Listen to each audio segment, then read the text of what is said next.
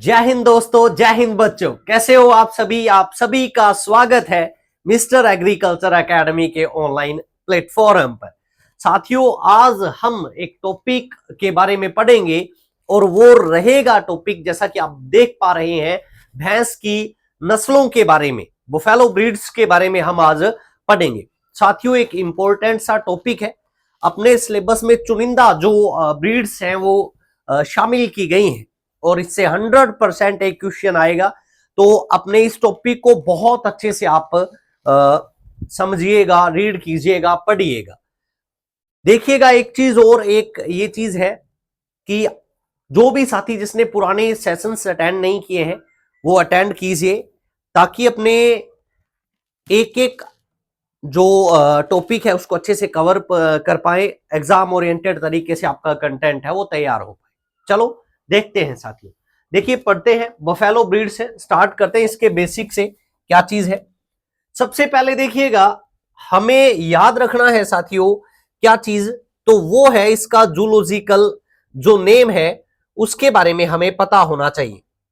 तो इसका जो जूलॉजिकल नेम जो रहता है साथियों वो क्या रहेगा, वो रहेगा बुबेलस बुबेलिस। क्या नाम है? बुबेलस बुबेलिस इसका नाम रहता है। जूलॉजिकल नेम है, वैज्ञानिक नाम है। यानी कि इसमें बुबेलस जो है वो इसका वंश, और बुबेलिस किसको रिप्रेजेंट करता है? जाति को रिप्रेजेंट करता है साथियों। ठीक है, इसके बाद में देखिएगा, आपको याद रखना है कि भैंस को अन्य किस नाम से जाना जाता है, तो इसे ब्लैक डायमंड की संज्ञा भी दी जाती है ना, ब्लैक डायमंड की उपमा दी जाती है। देखिएगा, याद रखिएगा, इसका कुल क्या है? कुल इसका बोविडी रहता है। कौन सा कुल है? बोविडी है। गाय का कुल भी कौन सा है? बोविडी है। अच्छे से याद रखिएगा। उसके बाद में क्रोमोसोम्स, गुणसूत्र संख्या। देखिएगा, हम इसे जो गाय जो भैंस है इसको हम दो भागों में बांटेंगे, एक भारतीय भैंस और एक कौन सी है? विदेशी। तो ध्यान रखना, भारतीय भैंस में गुणसूत्र की संख्या कितनी होती है? 50 होती है, जबकि विदेशी भैंस में कितनी होती है? 48 होती है। इसको याद करना है। उसके बाद में एक महत्वपूर्ण सा टॉपिक जो अपडेट होता रहता है, थोड़ा अच्छे से इसको याद रखिएगा, कि एनबीएजीआर जो है ना, national bureau of animal genetic resource जो है, इसके द्वारा जितने भी पशु हैं उनकी नस्लों को रजिस्टर्ड मान्यता दी जाती है। तो एनबीएजीआर के द्वारा वर्तमान में भैंस की जो रजिस्टर्ड नस्लें हैं उनकी संख्या कितनी है? तो याद रखिएगा कितनी है, वो रहती है 22 साथियों। कितनी है? 22 है। अच्छे से याद रखना है। और ध्यान रखना, हमारे भारत में भैंस काफी पाई जाती है, इसलिए जो ओरिजिन ऑफ बुफेलो है ना, जो अपने ये कहें कि भैंस का मूल स्थान है, उत्पत्ति स्थल है, वो किसे माना जाता है? हमारे भारत को माना जाता है। तो ये बातें, बेसिक सी बातें याद रखेंगे। बुबेलस बुबेलिस हुआ, बोवेडी है, ब्लैक डायमंड, गुणसूत्र संख्या 50, याद रखना 22 नस्लें रजिस्टर्ड है। ये बातें हमें याद करनी है। आगे बढ़ते हैं साथियों। उसके बाद में इंपॉर्टेंट देखिएगा, आप सभी को ये चीज क्लियर है कि हमारे एग्जाम में एक क्वेश्चन 100% किससे आएगा? इंस्टीट्यूट से आएगा, किसी संस्थान से आएगा। ठीक है, तो हमें जैसे जैसे हम टॉपिक पढ़ते जाएं उसके साथ साथ उसके जो इंस्टीट्यूट्स हैं वो कवर करते जाना है। तो आपको याद रखना है इसके संदर्भ में कि CIRB यानी कि central institute of research on buffalo, ये कहां पे है? यानी कि जो भैंस का केंद्रीय अनुसंधान संस्थान है वो कहां पे है? तो याद रखिएगा साथियों, अनुसंधान संस्थान जो है वो कहां पे है? हिसार में है। कहां पे है?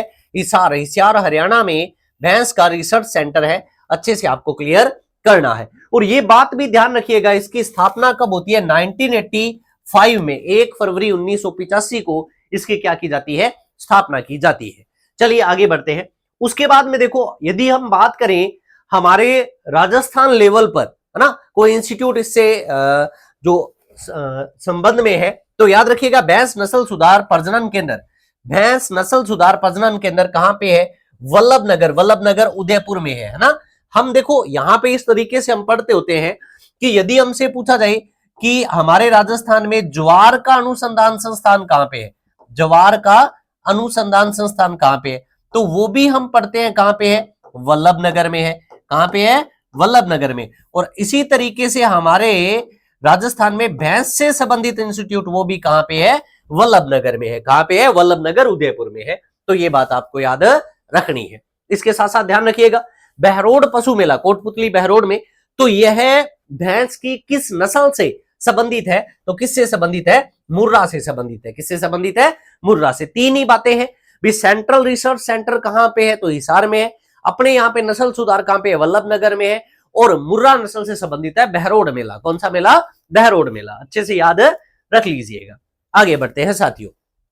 नेक्स्ट देखो, सिंपल सी बातें, बेसिक सी बातें इसके बारे में क्या है। अब हमें ये चीज पता होना चाहिए कि भैंस के मांस को क्या कहा जाता है। जैसे देखिए, बहुत बार चर्चा में रहता है कि बीफ काफी चर्चा में रहता है ना। और आप सभी को पता है बीफ क्या होता है, बीफ होता है गाय का जो मांस है, उसको क्या कहा जाता है, बीफ। इसी तरीके से ध्यान रखिएगा, भैंस के मांस को क्या कहा जाता है, या तो कैरा बीफ, या किस नाम से जानते हैं, बफन के नाम से जानते हैं। तो भैंस का मांस बफन या कैरा बीफ है, याद रखना। और ध्यान रखिएगा, इसमें किस प्रकार की वसा पाई जाती है, सफेद वसा है पाई जाती है। उसके बाद में दो एक जैसे से वर्ड जो कंफ्यूज कर सकते हैं आपको, ध्यान रखिएगा। एक तो है वेलोइंग और एक है बेलोइंग। वेलोइंग और बेलोइंग, ठीक है। जैसा कि आप इंग्लिश में देख पा रहे हैं कि एक ही अक्षर का डिफरेंस है, अंतर है। तो याद रखना, वेलोइंग क्या है, तो वेलोइंग है भैंस के कीचड़ में नहाने की प्रक्रिया, वेलोइंग होती है। और भैंस की आवाज को क्या बोलते हैं, बेलोइंग बोलते हैं। भैंस का बोलना बेलोइंग है, याद रखना, बोलना बेलोइंग है, ठीक है। और जो नहाना वो क्या है, वेलोइंग है। अच्छे से क्लियर करना। अब देखो, यदि आपने ये बात कर ली कि भैंस की आवाज बेलोइंग है, तो याद रखिएगा भी बकरी और भेड़ की आवाज को क्या बोलते हैं, ब्लीट बोलते हैं। क्या बोलते हैं, ब्लीट बोलते हैं। और ऊंट के संदर्भ में ये जो आवाज है वो गार्गलिंग कहलाती है, ठीक है। और सुअर के संदर्भ में इसे क्या कहते हैं, स्टोनिंग कहते हैं। तो याद रखिएगा, बेलोइंग भैंस की आवाज है। क्या है, आवाज है। आगे बढ़ते हैं। नेक्स्ट देखिएगा, संख्या, यानी कि जिस तरीके से हम पशु गणना का जिक्र करते हैं, तो आपको ये चीज याद रखनी है। हमने बात की है कि काफी संख्या में जो भैंस है वो हमारे इंडिया में पाई जाती है, इसलिए ओरिजिन ऑफ बुफैलो किसे माना गया है, इंडिया को माना गया है। तो विश्व में सबसे ज्यादा संख्या भैंस की कहां पे है, हमारे प्यारे भारत में है, याद रखिएगा। और भारत में सर्वाधिक कहां पे, यूपी में, है ना। और हमें जो याद करना है साथियों, वो याद करना है राजस्थान। किसके संदर्भ में, राजस्थान। तो राजस्थान में सर्वाधिक संख्या जो है भैंस की वो कहां पे है, हमारी राजधानी जयपुर में। और सबसे कम कहां पे है, जैसलमेर में। देखिए, याद कीजिए वो पशु गणना वाली क्लास, मैंने आपको एक सिंपल सी बात बोली थी। मैंने कहा था कि भैंस, भैंस यानी कि काला धन, भैंस को क्या बोलते हैं, काला धन बोलते हैं ना भी। भैंस यानी कि काला धन, और जिसके पास काला धन है उसकी तो जय जय है, उसकी क्या है, जय जय है। काला धन होता है उसकी सब लोग जय जय करते हैं। तो देखिएगा, जय और जय का मतलब सर्वाधिक जैसे जयपुर में, और सबसे कम न्यूनतम जैसे जैसलमेर। याद रख लेना है आपको, ठीक है। भैंस के मामले में ये बात याद रखनी है, काला धन जय जय है। ओके, आगे बढ़ते हैं। उसके बाद देखिएगा बेसिक सा कि भैंस में गर्भकाल अवधि कितनी होती है। तो भैंस में गर्भकाल की अवधि होती है वो 310 दिन होती है साथियों। कितनी होती है, 310 दिन होती है। और ये भी याद रखना, मध्य चक्कर अवधि कितनी होती है, 21 दिन होती है। 21 दिन होती है, याद रखना है। और मध्यकाल की अवधि 12 से 36 घंटे, 12 से 36 घंटे। देखिए, गर्भकाल कितना होता है, 310 दिन। मध्य चक्र 21 दिन, मध्यकाल 12 से 36 घंटे। यौवनारंभ, पहली बार यौवनारंभ यानी कि जो गर्भ धारण करने की आयु, यौवनारंभ की जो आयु है वो कितनी मानी जाती है, 2.5 वर्ष। यहां याद रखना 30 माह है साथियों। इसके साथ देखिए, नाड़ी गति कितनी होती है, 40 से 45। श्वसन गति 16 से 18। और शारीरिक टेम्परेचर, तापमान जो है, जो कि अपनों ने लास्ट जितनी भी पशु रोग की क्लासेस की उसमें मैंने आपको कहा था कि नॉर्मल जो तापमान होता है वो 101.5 डिग्री फ़ारेनहाइट है ना। और जैसे ही कोई रोग वगैरह होता है तो 3 से 5 डिग्री जो तापमान है वो बढ़ जाता है, बात हुई थी। तो इसका शारीरिक टेम्परेचर या तो 38 डिग्री सेल्सियस या 101.5 डिग्री फ़ारेनहाइट होता है, याद रखिएगा। चलिए आगे बढ़ते हैं। नेक्स्ट देखिएगा साथियों, भैंस की नस्लों का वर्गीकरण, यानी कि यदि हम भैंस के बारे में पढ़ें तो क्या चीज है। देखिएगा, भैंस दो प्रकार की होती है, एक कौन सी है, अफ्रीकन है, और एक कौन सी है, एशियन है। हम भारत के संदर्भ में पढ़ रहे हैं तो अफ्रीकन से हमें कोई लेना देना नहीं है, किसके बारे में पढ़ेंगे, एशियन के बारे में। अब देखिएगा, एशियन भैंस आगे दो प्रकार की, एक जंगली और एक कौन सी, पालतू। अपने पशुपालन पढ़ रहे हैं तो जंगली के बारे में हमें नहीं पढ़ना है, किसके बारे में पढ़ेंगे, पालतू के बारे में पढ़ेंगे। ठीक है, ये बात क्लियर। चलिए आगे बढ़े। उसके बाद देखिएगा नेक्स्ट, जो पालतू भैंस है उसको आगे दो भागों में बांट दिया गया। कौन कौन सी, एक तो भारतीय भैंस या वाटर बफेलो या रिवर बफेलो जिसे बोलते हैं, एक कौन सी हुई, स्वैम्प बफेलो या मड बफेलो के नाम से जानते हैं। यानी कि देखो, अफ्रीकन और एशियन दो थी, एशियन में आगे दो, एक जंगली और एक पालतू। पालतू में आगे दो प्रकार हुए, एक जलीय भैंस, कौन सी भैंस, जलीय, और एक दलदली, एक जलीय एक दलदली, ये बात याद रखिएगा। अब देखिएगा, जो जलीय है उसको ही बोला गया वाटर या रिवर बफेलो या नदीय भैंस बोला गया, और इसे ही भारतीय भैंस के नाम से जाना जाता है। दूसरी तरफ चलते हैं, हमने बात की दलदली भैंस, इसी को कहा जाता है कीचड़, और या इसी को क्या कहा गया, विदेशी भैंस के नाम से जाना गया। इतनी बात क्लियर। अब देखिए, हमने बात की थी कि भारतीय भैंस में गुणसूत्र संख्या कितनी होती है, 50, और दूसरे वाली में कितनी होती है, 48 होती है। कितनी होती है, 48। क्या विशेषता है, ये याद रखिएगा कि भारतीय भैंस कम गर्मी सहनशील, और ये क्या है, अधिक गर्मी को सहनशील है। इसके अलावा और क्या है, देखिए, ये जल में तैरना पसंद करती है, जल में तैरना, इसीलिए इसे जलीय भैंस बोला गया, और ये कीचड़ में लेटना पसंद करती है, इसलिए कीचड़ यहां दलदली भैंस बोला गया। और क्या फर्क होता है, देखिए, भारतीय जो भैंस होती है यह वजन में हल्की होती है, वजन में हल्की, जबकि विदेशी जो होती है वो वजन में कैसी होती है, भारी होती है। अब भारतीय भैंस कहां पाई जाती है, लगभग इसका जो एरिया है, तो हमारा जो भारत है वहां पे, पाकिस्तान, इटली, यूनान, रूस, इन देशों में।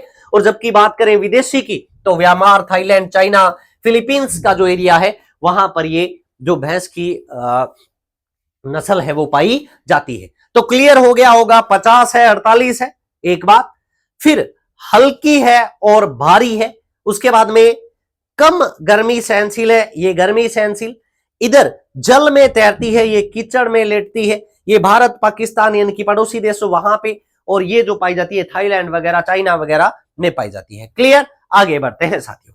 चलिए नेक्स्ट, उसके बाद में देखिए एक और वर्गीकरण जो शरीर वजन के आधार पे हम देख सकते हैं, वो क्या है भी, हमने दो भागों में भैंस को बांट दिया, एक भारी भैंस की नस्लें और एक हल्की भैंस। देखो, भारी में कौन सी है, मुर्रा है, नीली रावी है और जाफराबादी है। मुर्रा, नीली रावी, जाफराबादी, जाफराबादी है ना, याद है आपको, मिनी एलिफेंट वगैरह ये सब पढ़ेंगे हम। तो ये भारी है, और इधर हम बात करें, मेहसाना है, सूरती है, नागपुरी है, सबसे हल्की है ना, बदावरी है, सबसे ज्यादा वसा वाली, पंडरपुरी है, टोडा है, जेरांगी है, ये हल्की नस्लें हैं। ये कौन सी है, हल्की नस्लें हैं। ठीक है, चलिए आगे बढ़े। ध्यान देखिएगा, हमने वर्गीकरण पढ़ा भारतीय और विदेशी, फिर हमने भारी और हल्की वर्गीकरण पढ़ा।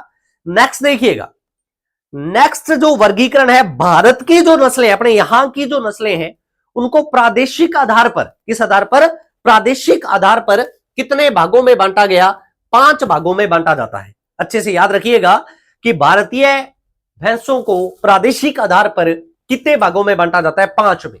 अच्छे से पढ़ लेना साथियों। देखिए, जिस तरीके से पेपर आ रहा है ना, जिस तरीके से एग्जाम का पैटर्न है, तो हमें हर एक बारीकी, टॉपिक के हर एक एंगल को अच्छे से रीड करना है साथियों। देखिएगा, 5 भाग कौन से, तो अच्छे से याद रखिएगा। सिंपल सी बात है भी, कोई भी नक्शा, हम ऊपर की साइड क्या होता है, उत्तर, तो एक तो उत्तर भारत की नस्लें, क्लियर हो जाएगा। देखिए नीचे क्या होता है, दक्षिण, तो दक्षिण भारत की नस्लें, हो जाएगा याद। उसके बाद में इन दोनों के बीच में तो मध्य भारत की नस्लें हो जाएगा। 3 तो यही हो गए। अब 2 है, एक यूपी की नस्लें और एक गुजरात की नस्लें। देखो क्या है, आप कहोगे भारतीय भैंस को कितने भागों में बांटा गया? 5 में। ऊपर की तरफ उत्तर, तो उत्तर भारत की नस्लें, नीचे की तरफ दक्षिण, तो दक्षिण भारत की नस्लें, बीच में मध्य, मध्य भारत की नस्लें, और 2 है जो वो राज्य के नाम पर, एक यूपी की नस्लें और एक गुजरात की नस्लें। बताओ पांचों भागों के नाम याद हो सकते हैं क्या? पांचों भागों के नाम याद हो जाएंगे ना? अच्छे से इसको याद कर लीजिएगा। आगे बढ़ते हैं। अब देखिएगा उत्तर भारत वाली नस्लें कौन कौन सी हैं यदि हम पढ़ें तो इसमें देखिए मुर्रा है, नीली रावी है, ठीक है, गोजरी है, पंजाब व हिमाचल प्रदेश वाली। तो पंजाब व हिमाचल की जो नस्लें हैं उनको उत्तर भारत की नस्लों में ही कंसीडर किया जाता है, ये बात भी हम याद रख सकते हैं। इसके बाद में देखो उत्तर प्रदेश की एक ही नस्ल याद करनी है, भदावरी, सबसे ज्यादा वसा वाली, सबसे ज्यादा वसा वाली उत्तर प्रदेश की है, ठीक है, भदावरी।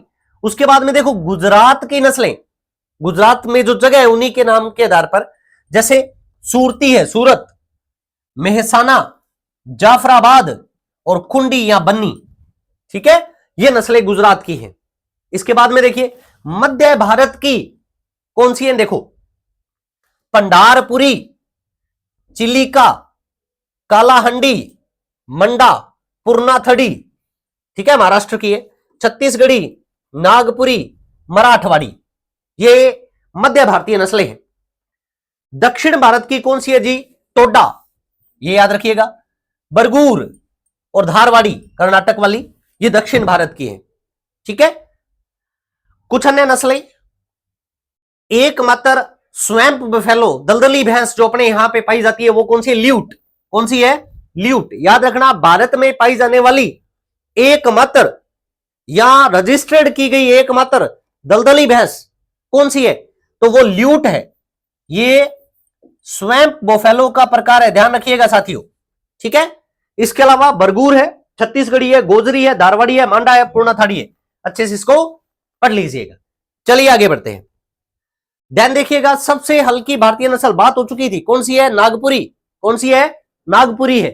नेक्स्ट देखिए, अब हम पढ़ते हैं दलदली ये भैंस या विदेशी भैंस के बारे में थोड़ा बहुत। क्या है? देखिए मांस उत्पादन के लिए उपयुक्त होती है ये। नेक्स्ट, फिलीपींस में इसे काराबाओ या कहा जाता है और इसके मांस को कैराबीफ कहा जाता है, ये बात याद रखेंगे आप। इसके अलावा ध्यान रखना ये कहां पाई जाती है? तो दक्षिण भारत में तमिलनाडु, कर्नाटक, केरला, आंध्रा, इस एरिया में पाई जाती है। क्लियर, याद हो जाएगा। कौन सी नस्लें मोस्टली? देखो काराबाओ है, क्वाइप्रा, क्वाइजवन, वोलेडे, ब्राजील की लाल, ये ध्यान रखना। नेक्स्ट देखिए, अब हम अपने सिलेबस की जो नस्लें हैं उनको स्टार्ट करते हैं। एक या दो नस्लें आज की क्लास में पढ़ लेंगे, बाकी अपने नेक्स्ट सेशन में पढ़ेंगे। तो आज में हम सबसे पहले नस्ल मुर्रा। देखिएगा भैंस की नस्लों में जब भी क्वेश्चन आता है तो मुर्रा आते ही एग्जामिनर है वो इमोशनल हो जाता है, यानी कि इससे क्वेश्चन उठाता है। तो देखते हैं मुर्रा नस्ल, फेमस नस्ल है, काफी प्रसिद्ध नस्ल है, ठीक है। बात करते हैं इसके बारे में। सबसे पहले ओरिजिन पैलेस, उत्पत्ति स्थल तो कहां पे है? पश्चिमी उत्तर प्रदेश, दिल्ली, हरियाणा और पंजाब, ठीक है। यानी कि दिल्ली, हरियाणा, पंजाब, यूपी का जो एरिया है वो इसका उत्पत्ति स्थल है। और इसका वितरण राजस्थान में कहां पे है? ये जयपुर में, अलवर में, जोधपुर, बीकानेर और गंगानगर, ठीक है। भी जनरली हम ये कह सकते हैं कि बीकानेर संभाग वाला सा जो एरिया है और अलवर जयपुर वाला जो एरिया यहां पाई जाती है, ठीक है, ये क्लियर करना।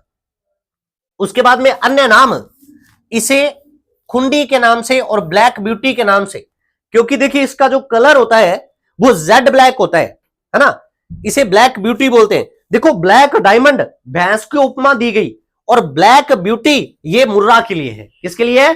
मुर्रा के लिए है, याद रखिएगा। और ये ध्यान रखना भैंस में सर्वाधिक दूध, जैसे देखो गाय की कौन सी नस्ल सबसे ज्यादा दूध देती है? साहिवाल। वैसे ही भैंस में सर्वाधिक दूध उत्पादन वाली नस्ल कौन सी है? मुर्रा है। अच्छे से याद करना है। फिर देखो यदि हम बात करें इस नस्ल की विशेषताएं, तो इस नस्ल की मुख्य विशेषता या इस नस्ल की पहचान जो है वो क्या होता है? जलेबी की तरह मुड़े हुए सींग, ठीक है। ये इस नस्ल की शुद्धता की पहचान है, मूल विशेषता है, और यही हमारे एग्जाम में भी पूछा जाता है साथियों, याद रखना। देखिए क्या है, बात करते हैं शारीरिक विशेषताओं के बारे में। क्या है सबसे सुंदर नस्ल है, अच्छे से याद रखिएगा, दूध उत्पादन है, सुंदर है, ठीक है। कलर इसका जेड ब्लैक होता है, ब्लैक ब्यूटी बोलते हैं इसलिए, शाह काला रंग होता है। सींग जलेबी के आकार के, देखिए इस नस्ल की पहचान, क्वेश्चन आता है, जलेबी के आकार के सींग मुख्य विशेषता है इसकी, याद रखिएगा। नेक्स्ट देखो, मुंह पर, पैर और पूंछ पर सुनहरे बाल पाए जाते हैं। एन सुविकसित होता है, ठीक है, थन छोटे और दूर दूर होते हैं। और ध्यान रखना, युवराज का आपने नाम सुना होगा, विश्व प्रसिद्ध भैंसा जो है वो मुर्रा नस्ल का ही है, अच्छे से याद रखना है साथियों। उत्पादन देखिए कितना दूध उत्पादन होता है, क्या चीज है। तो एक बात तो ये याद रखो भी 7 से 8% तक वसा होती है, और एक ब्यांत काल में लगभग 1800 से 2500 लीटर तक ये दूध दे देती है। तो ये बात, गहरा काला रंग और जलेबी के आकार के सींग, अच्छे से याद रखिएगा। सबसे ज्यादा दूध उत्पादन ये मुर्रा की नस्ल की विशेषताएं हैं। आगे बढ़ते हैं, नेक्स्ट देखिएगा साथियों, हम पढ़ेंगे सुरती के बारे में। एक और हमारे सिलेबस में जो ब्रीड है सुरती, उसके बारे में पढ़ते हैं। उत्पत्ति स्थल, उत्पत्ति है गुजरात का खेड़ा जिला, नादियाद और बड़ौदा। देखिए सुरती का उत्पत्ति स्थल, सूरत नहीं बोलोगे आप, सुरती का सूरत नहीं बोलेंगे, ठीक है। सुरती का उत्पत्ति स्थल खेड़ा, नादियाद और बड़ौदा, खेड़ा, नादियाद और बड़ौदा बोलेंगे, ठीक है। चलिए, अपने यहां पे कहां पे पाई जाती है, उदयपुर के आसपास, उदयपुर के आसपास पाई जाती है। शारीरिक विशेषताएं देखिए, कलर कैसा होता है, काला व बादामी रंग, और मोस्ट इंपोर्टेंट, जलेबी के आकार के सींग मुर्रा में है, और हंसियाकार या दराती के आकार के जो सींग जो है वो किसकी विशेषता रहती है, वो विशेषता है जी सुरती की। इस तरीके से हंसियाकार, दराती के आकार के जो सींग है वो किसकी विशेषता है, सुरती की है, याद रखिएगा। देखो दो चीजें महत्वपूर्ण है, एक तो दराती के आकार के सींग, दूसरी बात सुरती का मूल उत्पत्ति स्थल सूरत नाम नहीं आएगा, क्या आएगा, खेड़ा, नादियाद, बड़ौदा, याद रखना साथियों। आगे बढ़ते हैं, उसके बाद में और इसकी शारीरिक विशेषताएं क्या है, तो देखिएगा सिर चौड़ा, गोलाकार, आंखें चमकदार और थूथन सुडौल होते हैं, ये बात है। हल्के काम के लिए उपयोग की जाती है, ये इंपॉर्टेंट।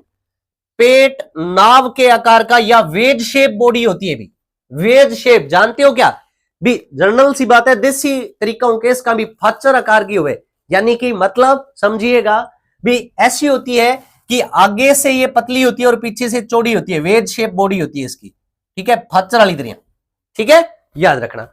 उसके बाद में देखो, पशुओं में सफेद रंग की 2 पट्टियां पाई जाती हैं शरीर पर, यह ध्यान रखना, एक अधर वक्ष के चारों ओर और दूसरी जबड़े के चारों ओर पाई जाती है।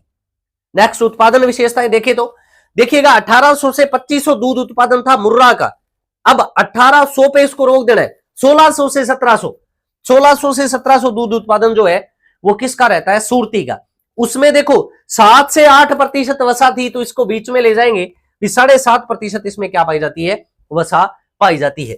देखिएगा याद रखना है उत्पादन विशेषताएं, हमने एक पढ़ लिया मुर्रा और एक कौन सा पढ़ लिया, सुरती। मुर्रा में दूध उत्पादन होता है 1800 से 2500 लीटर और उसमें वसा है 7 से 8%। इसमें 1600 से लेकर 1700 लीटर दूध उत्पादन है और वसा जो रहेगी वो 7.5% रहेगी। ये बातें आपको याद रखना है। ये दिल्ली या दिल्ली वगैरह यानी कि यूपी वहां की नस्ल है। ये जो खेड़ा जिला है, नादियाद है, बड़ौदा है, वहां इसका मूल स्थान है। ये राजस्थान में कहां पाई जाती है, तो जयपुर में पाई जाती है, बीकानेर में पाई जाती है, गंगानगर में पाई जाती है, अलवर में, और सुरती जो है ये राजस्थान में उदयपुर में पाई जाती है। ये बातें आपको अच्छे से ध्यान रखनी है। आज के सेशन में अपने इतना सा पढ़ेंगे साथियों, जितना पढ़ाया जाए उसको अच्छे से कवर करो, एक एक बात को याद करने की कोशिश करो, ठीक है। थैंक यू वेरी मच, मिलते हैं नेक्स्ट सेशन के अंतर्गत। सभी साथियों का धन्यवाद।